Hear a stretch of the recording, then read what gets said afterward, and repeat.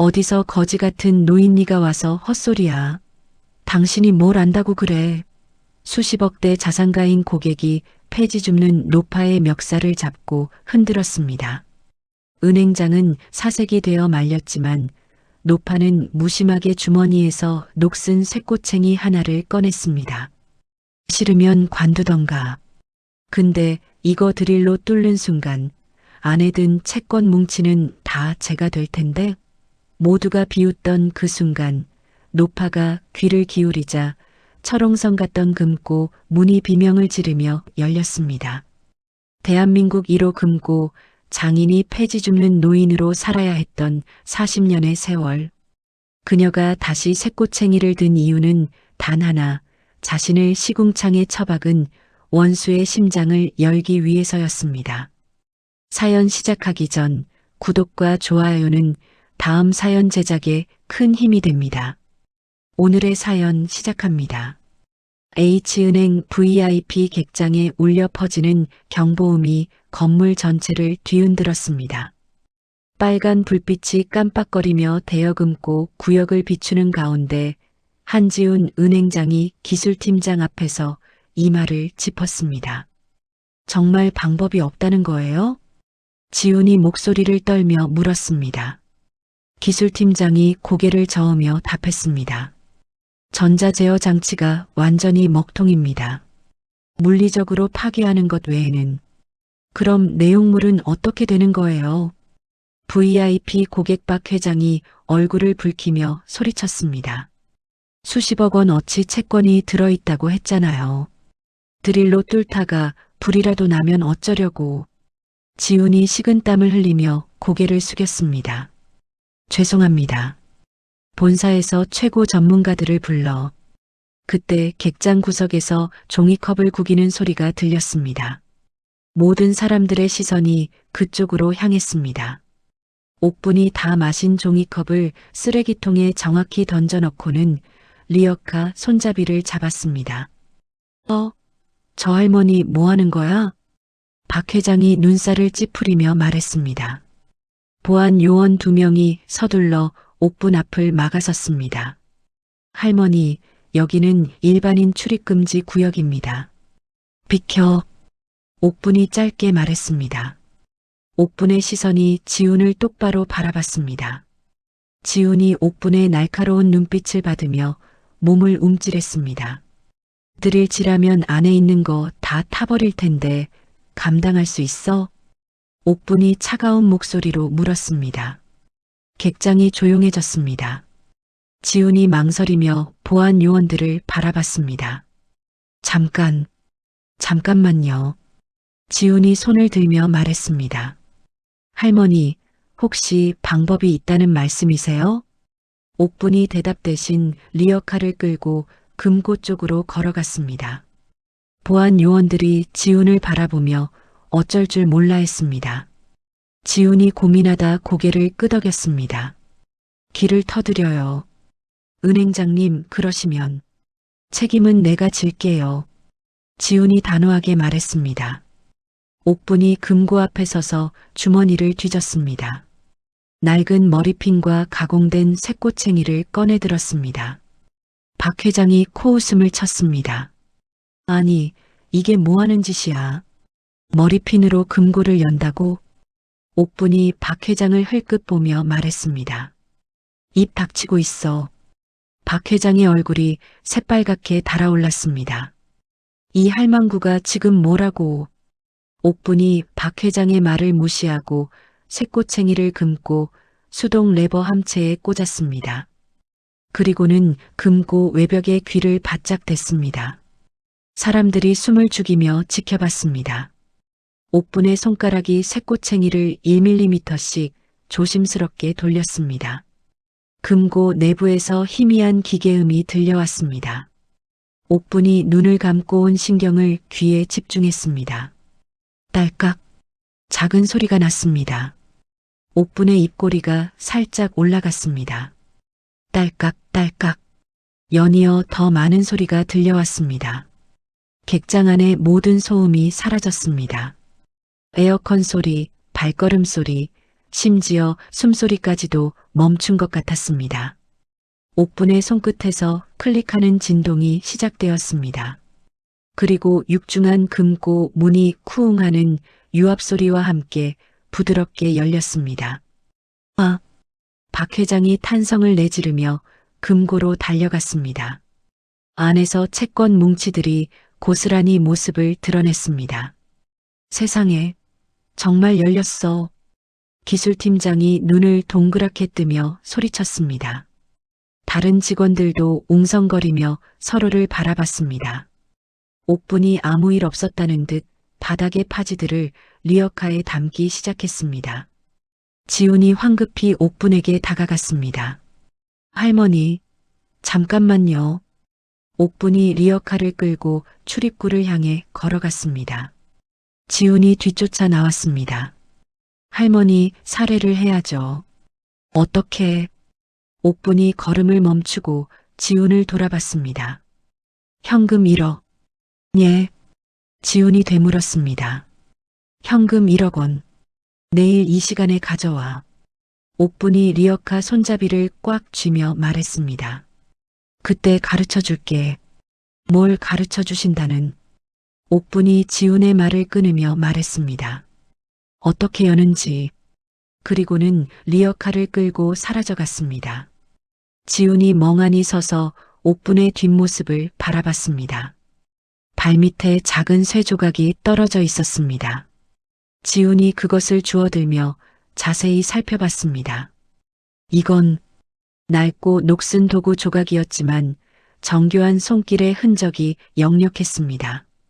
지훈이 불이 나게 사무실로 돌아가서 전화기를 집어들었습니다. 보안팀이죠? 방금 나간 할머니 추적해 보세요. 네, 알겠습니다. 그리고 본점 기록실에 연결해 주세요.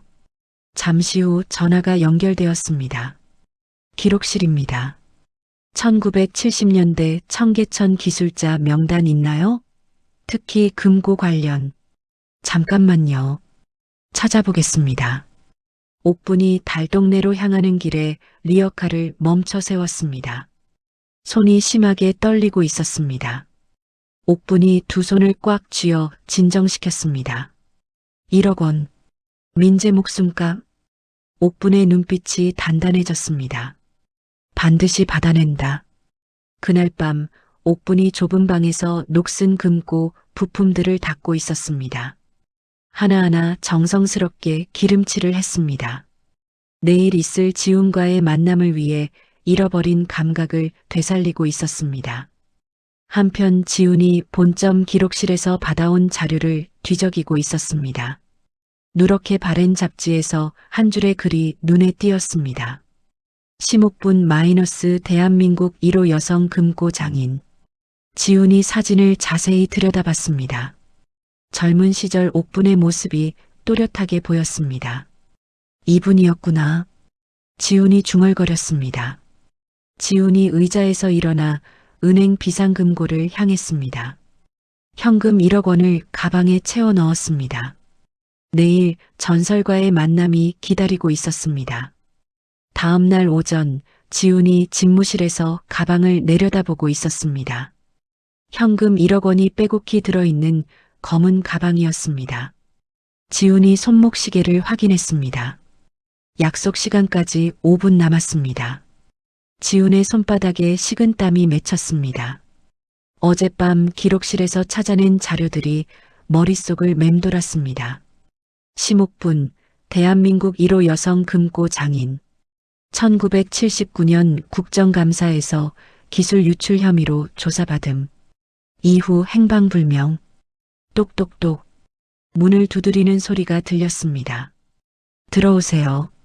문이 열리자 옥분이 당당하게 걸어 들어왔습니다. 어제와는 완전히 다른 모습이었습니다. 깔끔하게 빗어올린 머리, 정갈하게 다림질한 남색 블라우스, 그리고 무엇보다 당당한 걸음걸이였습니다. 지훈이 자리에서 벌떡 일어나 깍듯이 인사했습니다. 어서 오십시오, 할머니. 아니, 선생님. 옥분이 지훈을 한번 훑어보고는 의자에 앉았습니다. 옥분의 눈빛이 가방을 향했습니다. 가져왔나? 네, 약속대로 준비했습니다. 지훈이 두 손으로 가방을 조심스럽게 탁자 위에 올려놓았습니다.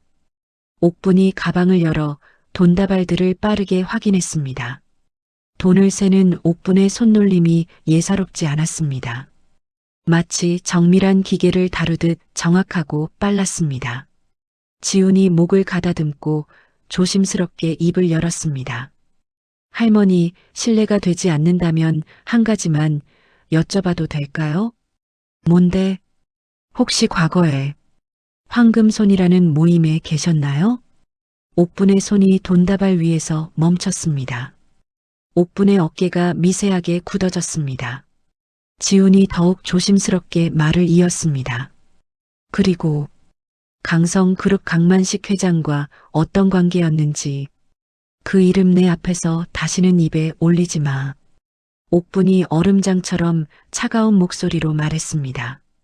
옥분의 눈에 40년 묵은 분노가 타오르고 있었습니다.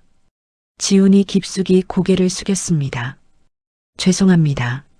하지만 어제 일로 봐서는 분명 연관이 있을 것 같아서요. 옥분이 한참 동안 침묵했습니다. 창밖으로 지나가는 구름을 바라보며 깊은 한숨을 내쉬었습니다. 그리고는 마치 오래된 상처를 다시 째는 것처럼 무거운 입을 열었습니다. 40년 전 일이야. 옥분이 창밖을 바라보며 말했습니다.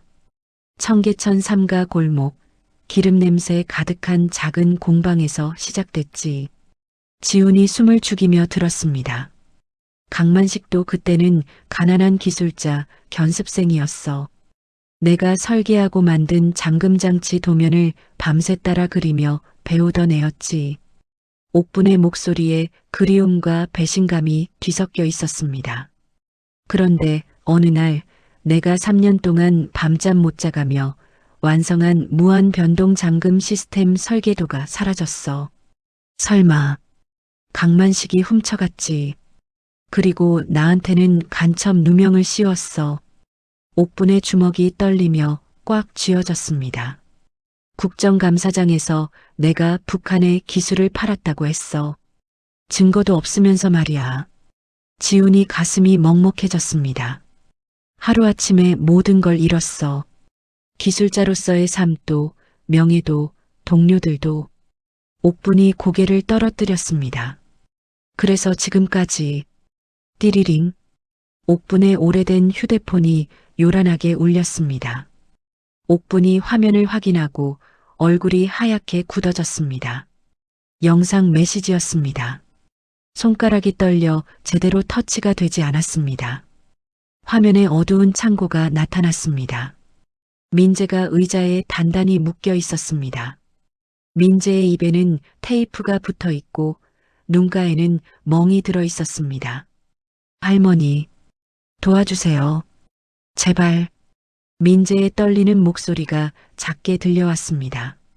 옥분이 휴대폰을 꽉 움켜쥐었습니다.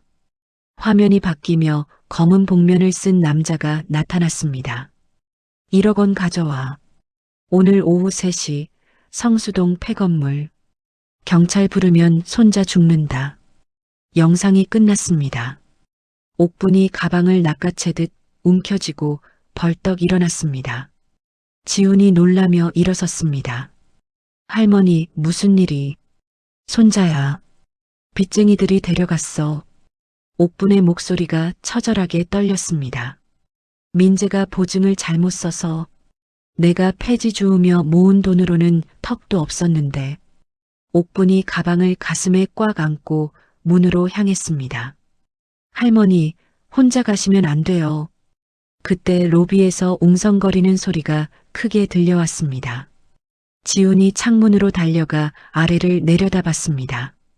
검은 고급 승용차 여러 대가 은행 앞에 일렬로 서 있었습니다. 정장 입은 남자들이 차에서 내리고 있었습니다. 지훈의 얼굴이 파랗게 질렸습니다. 강만식이 지팡이를 짚으며 수행원들과 함께 은행 로비로 들어오고 있었습니다. 지훈이 재빨리 옥분의 팔을 잡았습니다. 이쪽으로. 빨리. 지훈이 옥분을 엘리베이터 옆 비상구 계단으로 급히 밀어 넣었습니다. 여기서 잠깐 계세요. 제가 돌려보낼게요. 옥분이 계단 틈새로 숨어 아래를 내려다봤습니다. 지훈이 심호흡을 한 번 하고 강만식을 향해 걸어갔습니다. 최대한 자연스럽게 웃으며 인사했습니다. 어서 오십시오, 강 회장님. 무슨 일로 이렇게... 강만식이 70이 넘은 나이에도 여전히 날카로운 눈빛으로 지훈을 노려봤습니다. 값비싼 정장을 차려입었지만 그 눈에는 탐욕과 의심이 가득했습니다. 내 금고에 손을 댄 자가 누구냐? 무슨 말씀이신지 잘... 어제 VIP 금고 말이야. 누가 열었어? 강만식이 지팡이를 바닥에 쾅 내리치며 목소리를 높였습니다. 계단 틈새로 옥분이 40년 만에 마주한 원수의 얼굴을 봤습니다. 주름지고 늙었지만 여전히 탐욕스러운 그 얼굴이었습니다. 옥분의 온몸이 분노와 원한으로 격렬하게 떨렸습니다. 주먹을 꽉 쥐어 손톱이 손바닥에 박혔습니다. 저희 기술팀에서 해결했습니다. 특별한 일은 없었습니다. 지훈이 최대한 담담하게 거짓말을 했습니다. 강만식이 의심스러운 눈빛으로 지훈을 위아래로 훑어봤습니다. 정말? 그럼 CCTV를 보자. 강만식이 뒤돌아 수행원에게 날카롭게 지시했습니다. 보안실 가서 어제 녹화 파일 전부 가져와. 한 프레임도 빠뜨리지 말고. 네, 회장님. 수행원들이 보안실로 향했습니다. 지훈이 등줄기에 차가운 식은땀이 흘렀습니다. 옥분이 가방을 꽉 안고 계단을 조용히 내려가 뒷문으로 빠져나왔습니다. 민재를 구해야 한다는 생각 외에는 아무것도 보이지 않았습니다. 성수동 폐건물 앞에서 옥분이 무거운 가방을 들고 서 있었습니다. 을씨년스러운 4층 건물이었습니다. 1층 곳곳에서 건장한 사내들이 하나둘씩 모습을 드러냈습니다. 할멈, 돈 가져왔나? 문신이 새겨진 건장한 사내가 큰 소리로 물었습니다. 옥분이 가방을 바닥에 털썩 내던졌습니다. 다 있어. 확인해봐. 민재는 어디 있어? 사내가 가방을 열어 돈다발을 하나씩 확인하며 세어봤습니다. 오, 진짜 1억이네. 깨끗하고. 애는 안에 있어. 빨리 풀어줘. 잠깐만. 사내의 휴대폰이 울렸습니다. 사내가 전화를 받고 누군가와 작은 목소리로 대화했습니다. 옥분이 불안한 표정으로 기다렸습니다. 사내가 전화를 끊더니 표정이 싸늘하게 바뀌었습니다. 계획이 좀 바뀌었어. 할머니도 우리랑 함께 가야겠어. 뭐라고? 옥분이 뒤로 물러섰습니다. 위에서 지시가 내려왔거든. 할머니가 뭔가 중요한 걸 갖고 있다더라고. 다른 사내들이 옥분을 둘러쌌습니다. 옥분이 품속에서 녹슨 쇠지렛대를 재빨리 꺼내들었습니다. 어디 한번 해보시지. 옥분이 사내 두목의 정강이를 지렛대로 있는 힘껏 내려찍었습니다. 아, 이 할머시. 두목이 다리를 부여잡고 바닥에 쓰러졌습니다. 그 순간 창고에서 민재가 밧줄을 끊고 뛰어나왔습니다.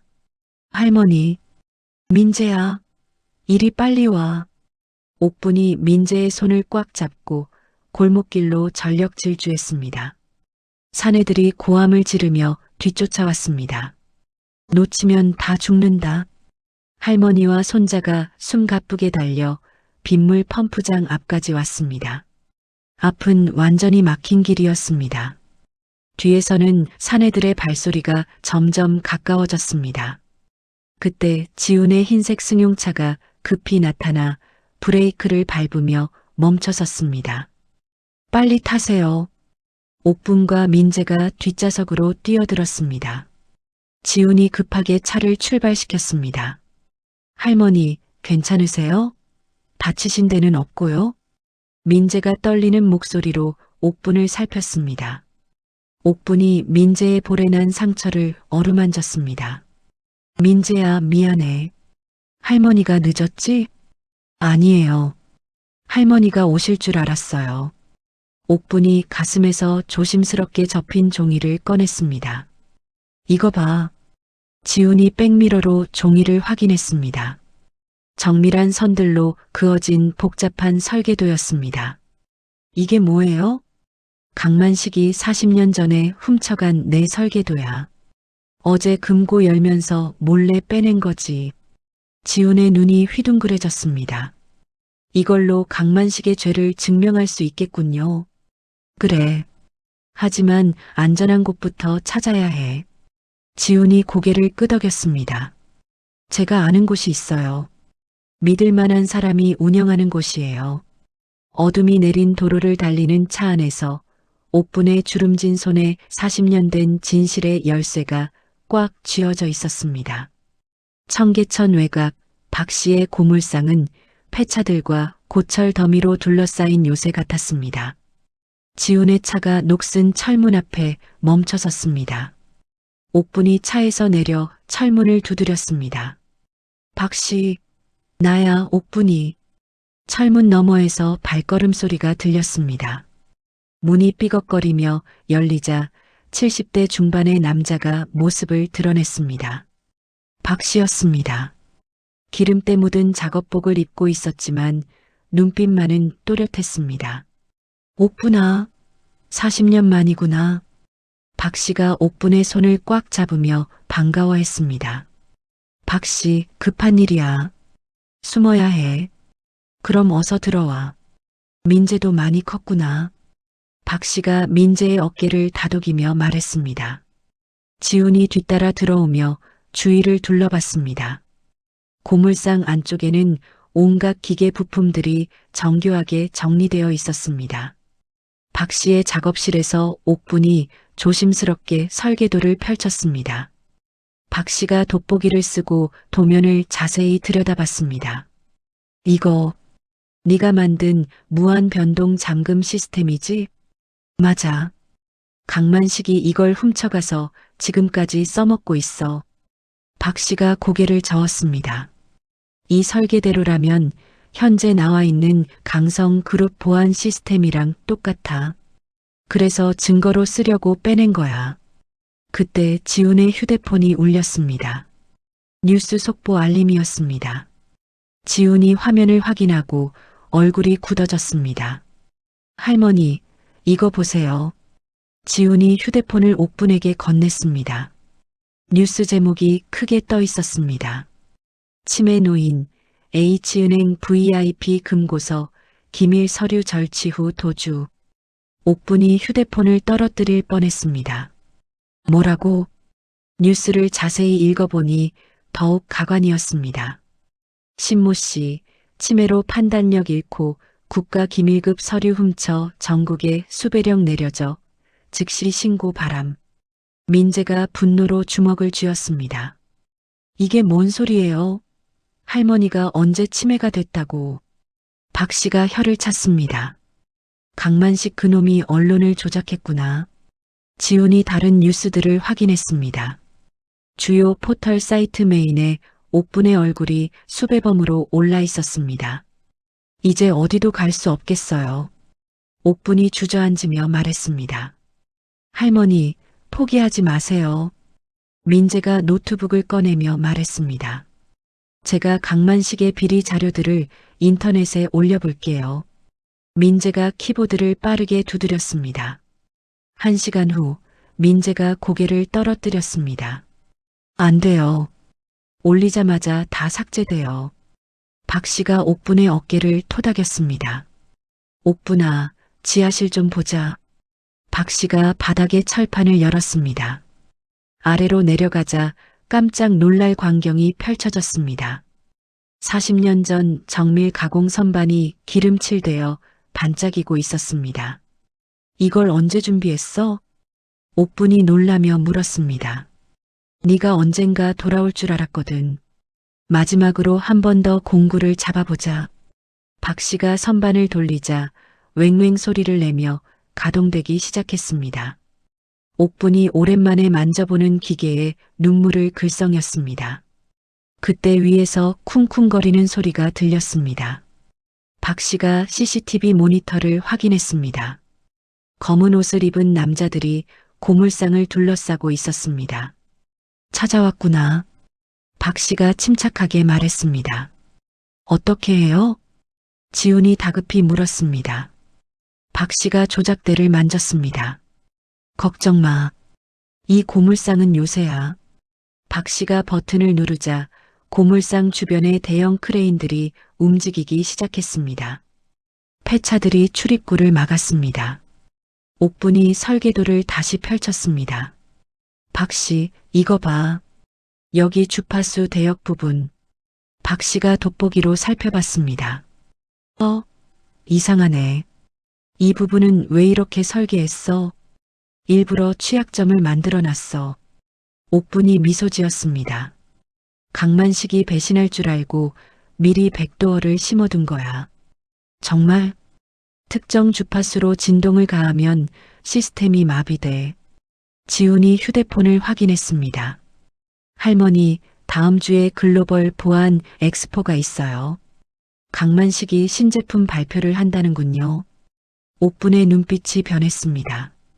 그때가 기회야. 하지만 수배령이 내려진 상태에서 어떻게? 지훈이 걱정스러워했습니다. 제가 방법을 찾아보겠어요. 지훈이 은행 내부 전산망에 접속했습니다. 엑스포 참가 업체 명단을 조작할 수 있을 것 같아요. 위에서 쾅쾅 소리가 더 크게 들렸습니다. 해결사들이 문을 부수려고 하고 있었습니다. 박 씨가 다른 버튼을 눌렀습니다. 고물상 주변의 전기 펜스가 가동되었습니다. 아! 위에서 비명 소리가 들렸습니다. 시간은 벌었어. 하지만 오래가지 못할 거야. 박 씨가 말했습니다. 옥분이 손에 작은 장치를 들고 있었습니다. 이게 뭐예요? 민재가 물었습니다. 도깨비야.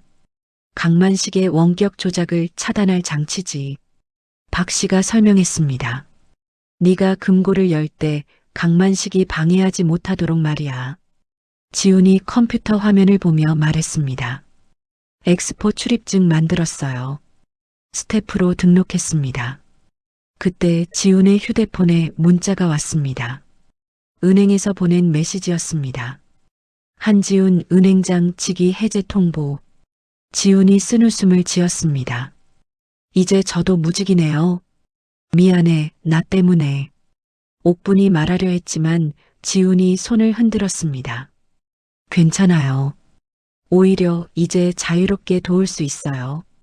위에서 다시 큰 소리가 났습니다. 해결사들이 후문으로 침입하려 하고 있었습니다. 이제 가야겠어. 옥분이 일어섰습니다. 어디로요? 엑스포 회장으로. 강만식을 만나러. 박 씨가 옥분에게 작은 상자를 건넸습니다. 최후의 열쇠야. 꼭 필요할 때 써. 옥분이 상자를 받아들였습니다. 민재가 할머니의 손을 잡았습니다. 저도 같이 갈게요. 안 돼, 위험해. 할머니 혼자 놔둘 수 없어요. 그때 펜스가 끊어지는 소리가 들렸습니다. 해결사들이 뒷문을 통해 침입하고 있었습니다. 빨리 가. 박 씨가 고물상 뒤쪽 비밀 출구를 열었습니다. 옥분이 설계도와 도깨비 장치를 품에 안고 출구로 향했습니다. 40년 된 복수가 이제 막 시작되려 하고 있었습니다. 코엑스 보안 엑스포 회장 앞은 수천 명의 관람객들로 북적였습니다. 각국 기자들과 보안업계 전문가들이 몰려들어 있었습니다. 거대한 현수막에 강성그룹 신형 보안 시스템 공개라는 글자가 크게 적혀 있었습니다. 지훈이 스태프 복장을 한 옥분과 민재를 입구 쪽으로 안내했습니다. 옥분은 모자를 깊숙이 눌러 쓰고 있었습니다. 할머니, 긴장되죠? 민재가 작은 목소리로 물었습니다. 긴장? 40년을 기다렸는데 이제 와서 긴장이 뭐야? 옥분이 품속의 도깨비 장치를 만지며 말했습니다. 입구의 앞면 인식 시스템이 옥분을 향해 빨간 빛을 비춰댔습니다. 경보음이 울리기 시작했습니다. 수배자 발견, 수배자 발견. 기계 음성이 울려 퍼졌습니다. 보안 요원들이 달려오기 시작했습니다. 그때 갑자기 모든 전자장비들이 깜빡거리며 마비되었습니다. 박 씨가 고물상에서 작동시킨 전파 방해 장치가 작동한 것입니다. 지금이야. 지훈이 옥분과 민재를 이끌고 혼란스러운 틈을 타 행사장 안으로 들어갔습니다. 한편 행사장 정문에서는 민재가 모아온 청계천 상인회 청년들이 플래카드를 들고 시위를 벌이고 있었습니다. 강성 그룹기술 도둑질 규탄한다. 40년 전 진실을 밝혀라. 젊은이들의 외침이 회장 전체에 울려 퍼졌습니다. 경호원들의 절반이 시위 진압을 위해 밖으로 나갔습니다. 지훈이 옥분을 무대 바로 밑 제어실로 안내했습니다. 제어실은 행사장의 모든 전자 시스템을 관리하는 곳이었습니다. 여기서 준비하세요. 지훈이 말하며 제어반을 가리켰습니다. 옥분이 박 씨와 함께 밤새 제작한 도깨비 장치를 꺼냈습니다. 작은 상자 크기의 장치였지만 복잡한 회로가 빼곡히 들어있었습니다. 이걸 메인 서버에 연결하면 돼? 맞아. 강만식이 무대에서 금고를 원격으로 조작하려 할 때 모든 신호를 차단할 거야. 옥분이 장치를 조심스럽게 서버 단자에 접속시켰습니다. 초록색 불빛이 깜빡이며 작동을 알렸습니다. 무대 위에서는 강만식이 턱시도를 차려입고 나타났습니다. 70이 넘은 나이에도 당당한 걸음걸이였습니다. 수백 명의 기자들이 카메라 플래시를 터뜨렸습니다. 신사숙녀 여러분, 오늘 저는 보안업계의 혁명을 보여드리겠습니다. 강만식이 마이크를 잡고 큰 소리로 말했습니다. 이 금고는 절대 열리지 않는 불멸의 성벽입니다. 무대 중앙에 거대한 금고가 올라왔습니다. 최첨단 전자장치들로 무장한 금고였습니다. 제어실에서 옥분이 모니터를 통해 금고의 내부 구조를 확인했습니다. 40년 전 자신이 설계한 그 구조와 100% 일치했습니다. 저 도둑놈이. 옥분의 손이 분노로 떨렸습니다. 지훈이 무대 옆 스피커 시스템에 접속했습니다. 할머니, 준비됐어요. 언제든 음성 파일 틀 수 있어요. 옥분이 고개를 끄덕였습니다. 강만식이 무대에서 자신만만하게 말했습니다. 이 금고는 지문 인식은 물론 이중 보안 리모컨까지 갖추고 있습니다. 강만식이 주머니에서 작은 리모컨을 꺼내 보여주었습니다. 그 누구도 이 금고를 열 수 없습니다. 하지만 강만식은 몰랐습니다. 제어실의 도깨비 장치가 이미 그의 리모컨을 무용지물로 만들어버렸다는 것을. 옥분이 지훈을 바라봤습니다. 조명 꺼줘. 지훈이 조명 제어 버튼을 눌렀습니다. 무대가 갑자기 암전되었습니다. 관객들이 웅성거리기 시작했습니다. 뭐야? 갑자기 왜? 암전된 무대에서 한 명의 할머니가 스태프 통로를 통해 중앙으로 걸어 나왔습니다. 옥분이었습니다. 조명이 다시 켜지자 수백 개의 카메라가 옥분을 향했습니다. 강만식이 옥분을 보고 얼굴이 하얗게 질렸습니다. 저 적건. 강만식이 경호원들을 부르려 했지만 모든 기자들의 시선이 무대에 집중되어 있어 섣불리 움직일 수 없었습니다. 옥분이 마이크를 집어들고 전 세계 시청자들을 향해 말했습니다. 여러분, 저 금고는 기술자가 만든 것이 아닙니다. 옥분의 목소리가 회장 전체에 울려 퍼졌습니다. 도둑놈이 만든 것입니다. 강만식이 얼굴을 붉히며 소리쳤습니다. 저 노파는 치매 환자입니다. 믿지 마십시오. 지훈이 즉시 행사장 대형 스크린에 자료를 띄웠습니다. 왼쪽에는 40년 전 옥분의 원본 설계도가, 오른쪽에는 강성그룹의 특허 도면이 나타났습니다. 두 도면은 완전히 일치했습니다. 기자들이 웅성거리기 시작했습니다. 설계도가 똑같잖아. 이게 어떻게 된 일이야? 강만식이 다급히 말했습니다. 조작입니다. 가짜 자료예요. 옥분이 강만식을 똑바로 바라보며 말했습니다. 그럼 내 손으로 저 껍데기를 열어보겠어. 옥분이 박 씨가 만들어준 특수 장치들을 모두 내려놓았습니다. 그리고 주머니에서 낡은 머리핀 하나만을 꺼내들었습니다. 40년 전처럼 말이야.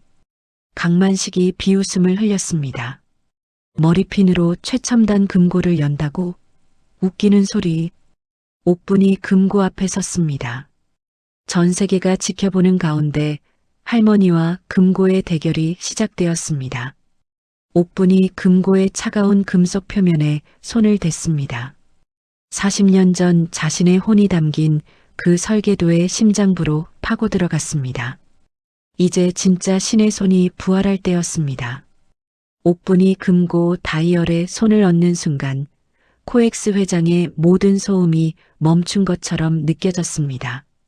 1000명이 넘는 관객들이 숨을 죽이고 지켜봤습니다. 전 세계로 송출되는 마이크를 통해 핀이 맞물리는 미세한 금속 마찰음이 생생하게 전달되었습니다.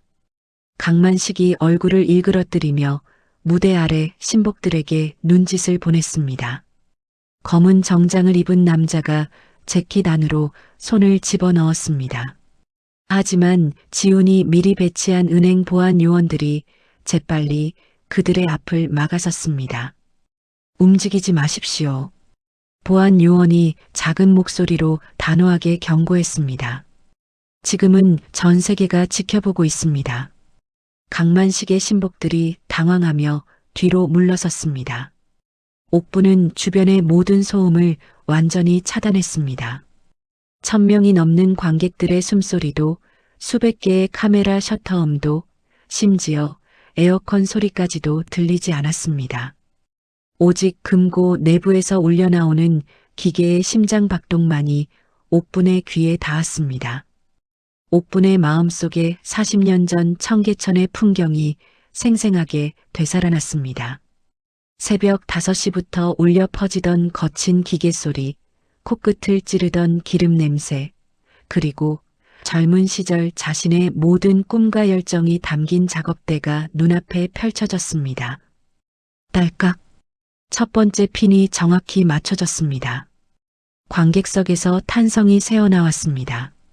강만식이 식은땀을 흘리며 주머니에서 이중 보안 리모컨을 꺼냈습니다. 손가락이 떨려 제대로 버튼을 누르지도 못했습니다. 연신 버튼을 눌러댔지만 제어실의 도깨비 장치가 모든 신호를 완벽하게 차단해버렸습니다. 왜 안 돼? 왜 작동을 안 해? 강만식이 리모컨을 흔들며 절규했습니다. 옥분의 손가락이 두 번째 다이얼로 이동했습니다. 마치 40년 전 그 시절로 완전히 돌아간 것처럼 유려하고 자연스러운 움직임이었습니다. 손끝에서 느껴지는 금속의 온도, 다이얼이 돌아가는 미세한 저항감, 모든 것이 기억 속 그대로였습니다. 딸깍 딸깍. 연이어 두 개의 핀이 더 정확히 맞춰졌습니다. 객석의 보안업계 전문가들이 믿을 수 없다는 표정으로 서로를 바라봤습니다. 수십억 원을 들여 개발한 최첨단 보안 시스템이 할머니의 손에서 하나둘씩 무력화되고 있었습니다. 도대체 저게 어떻게 가능한 거야? 독일에서 온 보안 전문가가 동료에게 속삭였습니다. 50년 경력의 내가 봐도 이해할 수 없어. 옥분의 손끝에서 전기가 통하는 듯한 미세한 진동이 느껴졌습니다. 금고 내부의 복잡한 유압 장치들이 차례대로 해제되는 소리가 들려왔습니다. 제어실에서 지훈과 민재가 모니터를 통해 지켜보고 있었습니다. 민재의 눈에 눈물이 맺혔습니다. 할머니가 정말 해내고 계세요. 민재가 떨리는 목소리로 말했습니다. 정말 신의 손이세요. 저런 분이 왜 폐지를 주우며 살아야 했을까요? 지훈이 주먹을 꽉 쥐며 감탄했습니다. 강만식의 얼굴이 점점 창백해져 갔습니다. 40년 전 기억들이 파노라마처럼 되살아났습니다. 청계천 삼가 골목의 작은 작업실에서 옥분이 금고를 여는 모습을 보며 경이로워했던 자신의 모습이 떠올랐습니다. 그때는 진심으로 존경했었습니다. 그때는 정말로 기술을 사랑했었습니다. 아니야. 이럴 수가 없어. 강만식이 입술을 떨며 중얼거렸습니다. 옥분이 네 번째 다이얼에 손을 댔습니다. 이때 옥분의 뇌리에는 40년 전 그날 밤의 기억이 칼날처럼 선명하게 되살아났습니다. 강만식이 자신의 설계도를 몰래 훔쳐가던 그 새벽, 다음 날 아침 빈 서랍을 발견했을 때의 충격, 며칠 후 간첩 누명을 썼을 때의 절망과 분노가 고스란히 되살아났습니다. 네가 훔쳐간 내 기술로 만든 금고를 이제 내가 부숴주마. 옥분이 그 모든 감정을 손끝에 담아 마지막 다이얼을 천천히 그리고 강렬하게 돌렸습니다. 쿠궁.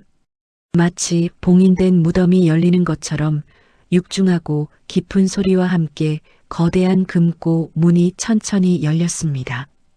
회장 전체가 3초간 완전한 정적에 휩싸였습니다. 그리고 폭발적인 함성이 터져나왔습니다. 와, 대박. 정말 열렸어. 진짜로 열렸다고. 기자들이 카메라를 들고 무대로 달려들었습니다. 금고 안에서 두꺼운 서류 뭉치들이 우수수 쏟아져 나왔습니다. 강만식의 해외 비자금 계좌 서류, 탈세 증거 자료, 불법 로비 명단들이 바닥에 흩어졌습니다. 저 서류들이 뭐예요? 프랑스 기자가 큰 소리로 물었습니다. 혹시 강성그룹의 비리 자료들인가요? 미국 기자가 서류를 주워들며 소리쳤습니다. 강만식이 얼굴이 새하얗게 질린 채 금고로 달려들려 했습니다. 안 돼. 건드리지 마. 그건 내 개인 서류야. 하지만 옥분이 강만식을 얼음장처럼 차가운 눈으로 노려보며 느린 목소리로 말했습니다.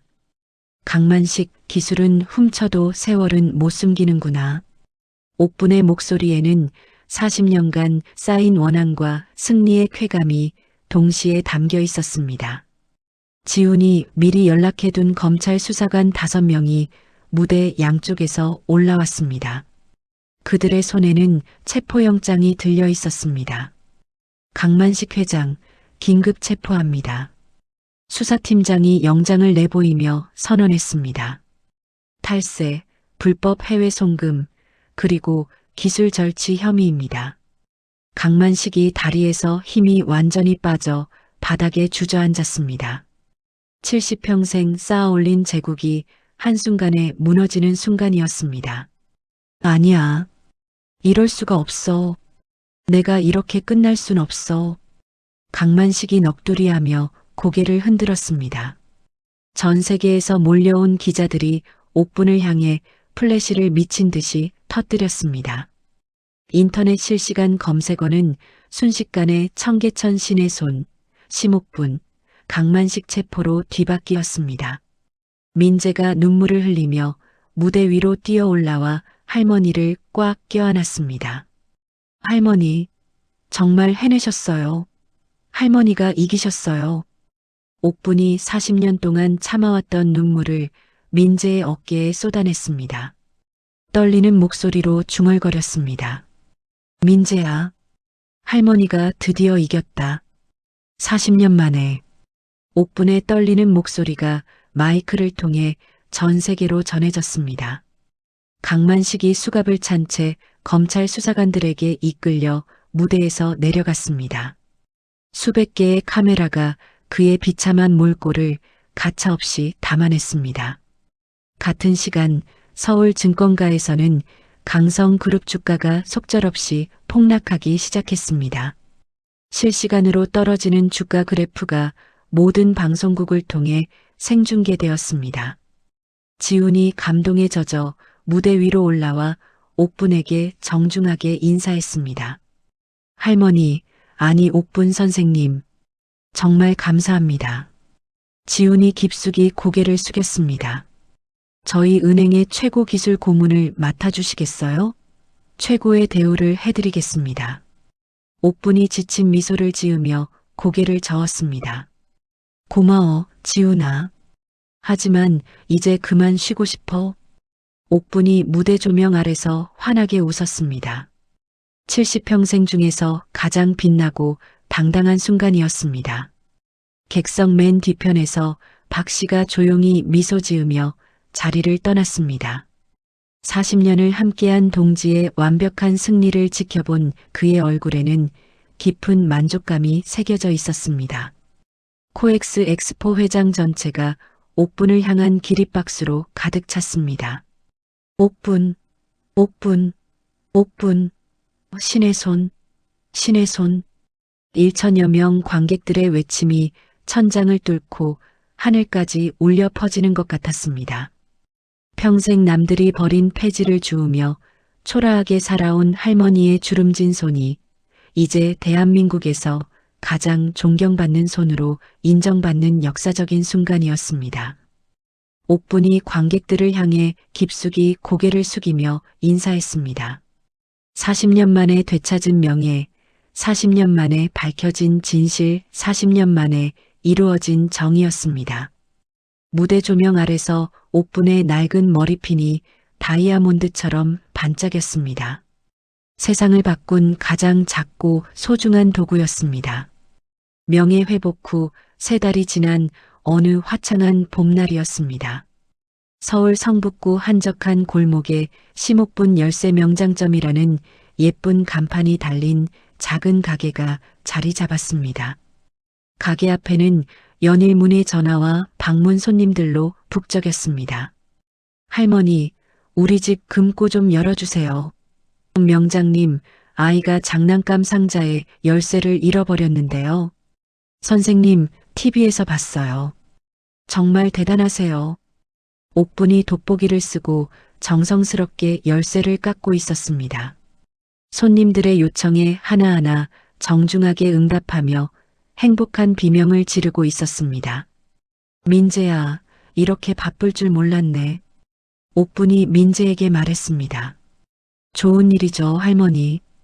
할머니의 실력을 인정받는 거잖아요. 민재가 웃으며 대답했습니다. 하지만 평온함도 잠시였습니다. 어느 날 오후 옥분이 단골 할아버지에게 건네줄 열쇠를 깎고 있었습니다. 갑자기 옥분의 손이 멈췄습니다. 허공을 바라보며 멍하니 앉아 있었습니다. 할머니? 할아버지가 조심스럽게 불렀습니다. 아, 죄송해요. 뭘 하고 있었더라. 옥분이 당황스러운 표정을 지었습니다. 열쇠 깎아주고 계셨는데요. 아, 맞다. 열쇠. 옥분이 다시 작업을 시작했지만 손이 미세하게 떨리고 있었습니다. 그날 저녁 민재가 대학교에서 돌아오니 집안이 연기로 자욱했습니다. 옥분이 가스불에 주전자를 올려둔 채 시장에 나간 것이었습니다. 민재가 급히 가스를 끄고 창문을 열었습니다. 할머니, 괜찮으세요? 시장에서 돌아온 옥분이 연기 냄새를 맡고 고개를 갸웃했습니다. 이 냄새는 뭐야? 할머니가 주전자 올려놓고 나가셨어요. 그랬나? 기억이 안 나네. 옥분이 머리를 극적였습니다. 민재의 가슴이 철렁 내려앉았습니다. 다음 날 민재가 옥분을 모시고 대학병원에 갔습니다. 신경과에서 각종 검사를 받은 후 의사가 심각한 표정으로 말했습니다. 혈관성 치매 초기 판정입니다. 민재의 얼굴이 하얗게 질렸습니다. 극심한 스트레스 이후에 찾아온 이완 현상으로 보입니다. 증상 진행이 예상보다 빠를 수 있어요. 옥분이 의사의 말을 조용히 들었습니다. 치료 방법은 없나요? 민재가 떨리는 목소리로 물었습니다. 완치는 어렵습니다. 다만 진행 속도를 늦출 수는 있어요.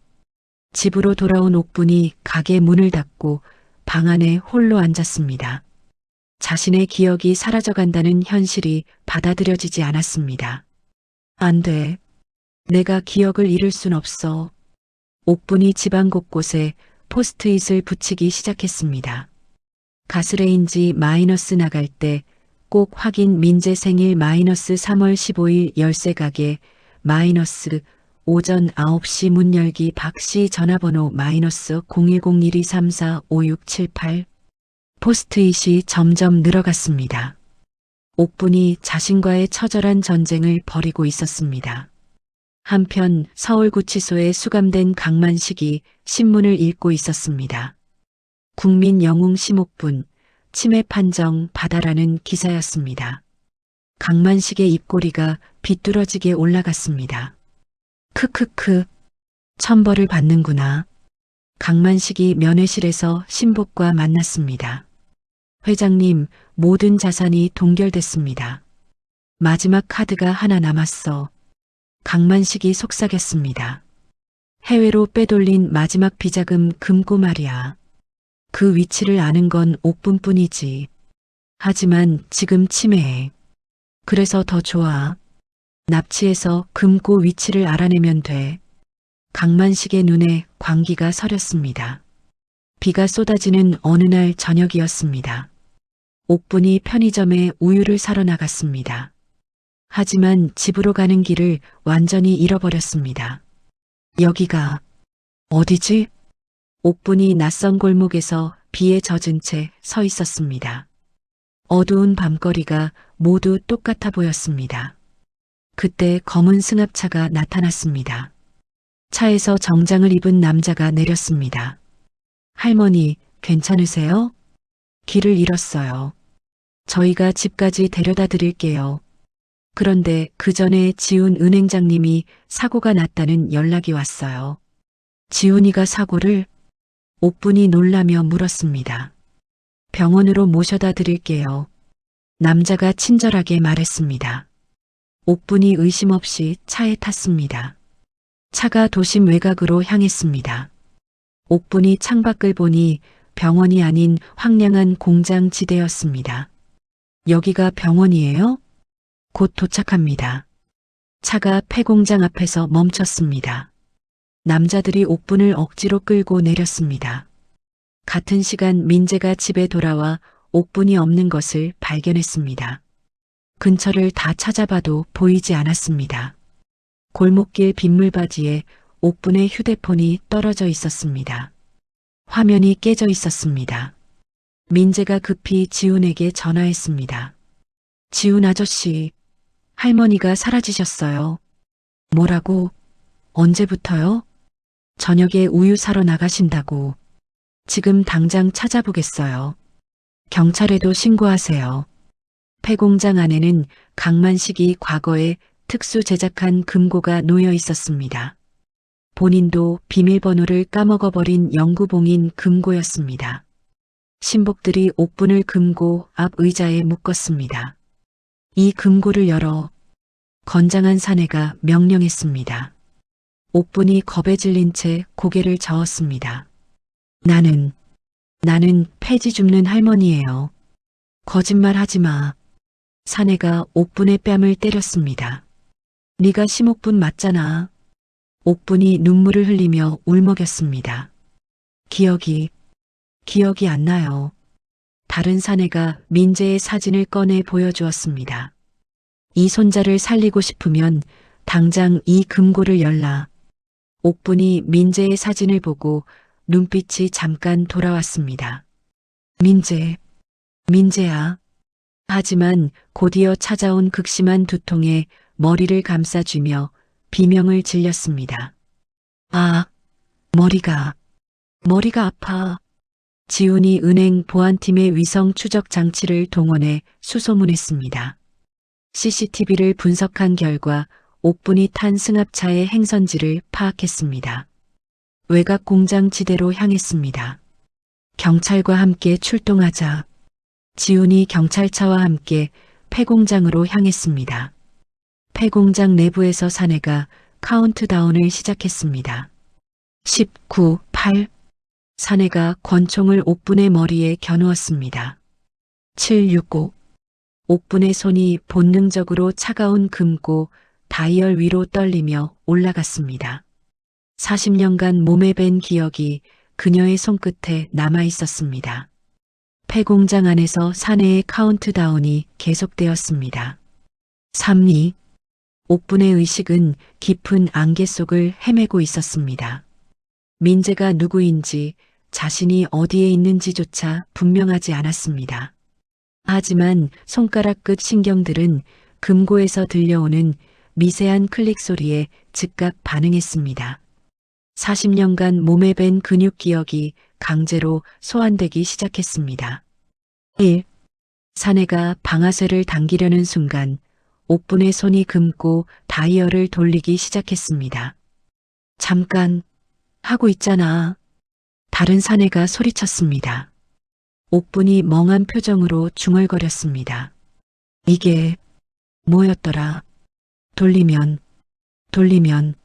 하지만 옥분의 손은 정확하게 움직이고 있었습니다. 신복들이 눈치채지 못하는 사이 옥분은 금고 내부의 안전핀들을 정반대 방향으로 꼬아버리고 있었습니다. 이것은 금고를 여는 것이 아니라 영구히 파괴하는 영구 폐쇄 파괴술이었습니다. 빨리 해. 빨리 열어. 두목이 다급하게 재촉했습니다. 신복들은 금고가 열리는 줄 알고 탐욕스러운 눈빛으로 금고 문 바로 앞에 얼굴을 들이밀었습니다. 드디어 수십억이 들어있다며. 회장님이 숨겨둔 마지막 비상금이야. 옥분이 마지막 다이얼을 돌리기 직전 어디선가 들려오는 위험 신호를 감지했습니다. 본능적으로 금고 문 뒤쪽으로 몸을 낮췄습니다. 펑! 귀청이 터질 듯한 파열음과 함께 금고 내부에 장전되어 있던 고압 스프링이 폭발했습니다. 동시에 보안용 최루액이 분사되어 신복들의 얼굴을 직격했습니다. 아, 눈이 안 보여. 뭐야 이게. 독가스야. 신복들이 바닥에서 뒹굴며 비명을 질렸습니다. 시야를 완전히 잃은 사내들이 허우적거리는 사이 옥분이 바닥에 떨어진 쇠파이프를 집어들었습니다. 그리고 공장 한쪽 벽에 메인 전력 차단기를 잇는 힘껏 내리쳤습니다. 쾅! 공장 전체가 순식간에 암흑으로 변했습니다. 할머니, 그때 공장 외부에서 지훈과 경찰들이 셔터를 부수고 진입했습니다. 강력한 라이트 조명이 어둠을 가르며 들어왔습니다. 조명 불빛 아래 바닥에는 최루액을 뒤집어 쓰고 기어다니는 신복들의 모습이 드러났습니다. 경찰이다. 모두 엎드려. 경찰들이 신복들을 제압했습니다. 민재가 공장 구석진 자재 더미 사이를 뒤지다가 옥분을 발견했습니다. 옥분이 덜덜 떨면서 혼자 중얼거리고 있었습니다. 민재야, 할머니가 금고 망가뜨렸다. 미안해. 민재가 옥분을 꽉 껴안았습니다. 할머니, 괜찮아요. 잘하셨어요. 민재 맞지? 할머니 기억하지? 네, 저 민재예요. 할머니 손자요. 옥분의 눈에서 안도의 눈물이 흘러내렸습니다. 구급차가 도착해 옥분을 병원으로 이송했습니다. 옥분이 구급차에 실려가면서도 손에서 낡은 머리핀을 놓지 않았습니다. 지훈이 파괴된 금고를 확인했습니다. 내부가 완전히 박살나 있었습니다. 완벽하게 파괴하셨네요. 지훈이 감탄하며 말했습니다. 강만식의 마지막 도피 자금을 영구히 매몰시키신 거예요. 경찰관이 지훈에게 보고했습니다. 범인들 모두 체포했습니다. 강만식의 지시로 행동했다고 자백했어요. 서울구치소에서 강만식이 신복으로부터 전화를 받았습니다. 회장님, 실패했습니다. 금고가 완전히 파괴됐어요. 강만식이 휴대폰을 바닥에 내던졌습니다. 아, 내 돈, 내 마지막 희망이. 강만식이 독방에서 실신했습니다. 간수들이 급히 의무실로 이송했습니다. 병원에서 정신을 차린 옥분이 지훈을 바라보며 미소를 지었습니다. 지훈아, 네 할머니, 나 이제 그만 쉬고 싶어. 옥분의 목소리에는 깊은 피로가 배어 있었습니다. 40년을 기다렸는데 이제 다 끝난 것 같아. 지훈이 옥분의 손을 잡았습니다. 충분히 쉬세요. 할머니는 명예롭게 은퇴하실 자격이 있어요. 민재가 옥분 옆에 앉았습니다. 할머니, 저희 시골로 내려가요. 공기 좋은 데서 치료받아요. 민재야, 고마워. 지훈이 말했습니다. 제가 시골에 작은 집과 열쇠 가게를 마련해 드릴게요. 조용히 지내실 수 있도록요. 옥분이 비록 많은 기억을 잃어가고 있었지만 자신을 끝까지 지켜준 민재와 지훈의 얼굴만은 선명하게 기억했습니다. 매일 아침 침대맡 테이블에 놓인 사진을 보며 그들의 이름을 되새겼습니다. 민재, 지훈, 고마운 사람들. 한편 청계천 고물상에서 박 씨가 옥분이 쓰던 공구들을 하나씩 닦고 있었습니다. 40년 동안 함께했던 도구들이었습니다. 박 씨가 정성스럽게 닦은 공구들을 상자에 담아 택배로 보냈습니다. 받는 사람은 심옥분 할머니였습니다. 옥분이 이제 전설이라는 무거운 짐을 내려놓고 평범한 할머니로 돌아갈 시간이었습니다. 병원 창가에서 옥분이 멀리 보이는 산을 바라봤습니다. 그곳에서 새로운 삶이 기다리고 있었습니다. 누군가의 다친 마음을 열어주는 따뜻한 할머니로서의 삶이었습니다. 옥분의 손에 여전히 쥐어져 있던 낡은 머리핀이 햇살에 반짝였습니다. 그녀의 모든 이야기가 담긴 작은 보물이었습니다. 1년 후 강원도 평창의 한적한 시골 마을이었습니다. 작은 초등학교 앞 골목에 심할머니 열쇠라는 손글씨 간판이 달린 아담한 가게가 자리 잡고 있었습니다. 가게 앞에는 화분들이 가지런히 놓여 있고 문 앞에는 고양이 한 마리가 햇볕을 쬐며 낮잠을 자고 있었습니다.